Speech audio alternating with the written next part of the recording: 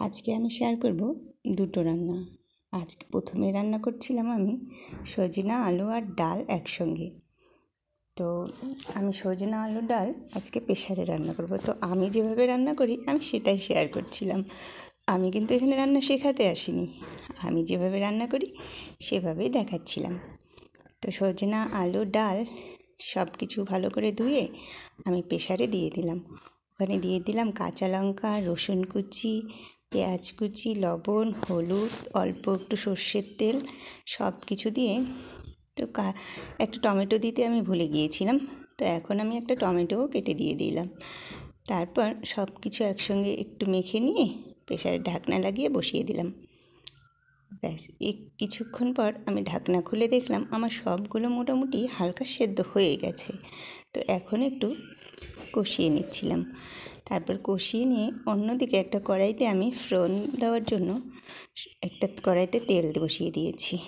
তো ওখানে আমি প্রথমে ফোড়নের জন্য দিয়ে দিয়েছি পাঁচফোড়ন দেওয়ার পর ওখানে দিয়ে দিলাম আমি পেঁয়াজ কুচি, কেউ পারলে রসুন কুচি, কাঁচা লঙ্কা কুচি এগুলোও দিতে পারেন।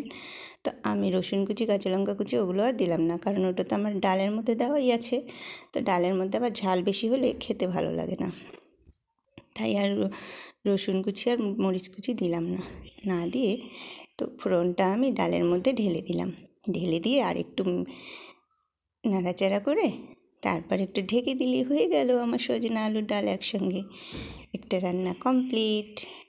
এইটা কিন্তু খেতে বেশ লাগে, এখন গরম দিনে একটু পাতলা পাতলা সজনা আলুর ডাল খেতে ভালোই লাগে। আর করছিলাম আমি পনির আর আলু একসঙ্গে।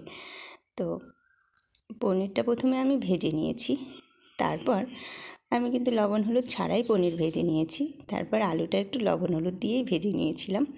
ভেজে নিয়ে উঠিয়ে রেখে প্রথমে মশলাটা কষিয়ে তারপর আলুটা দিয়ে দিয়েছি। তো সম্পূর্ণ ভিডিওটা টানতে পারিনি। তো প্রথমে আমি মশলাগুলো কষিয়ে নিয়েছিলাম, কষিয়ে নিয়ে ওখানে আমি আলুগুলো দিয়ে দিয়েছি। আলুগুলো একটু ভালো করে কষিয়ে নিয়ে অল্প কিছু কাবুলি ছোলাও ছিল, ওটাও ওখানে দিয়ে দিয়েছি। সব একসঙ্গে ভালো করে কষিয়ে নিচ্ছিলাম।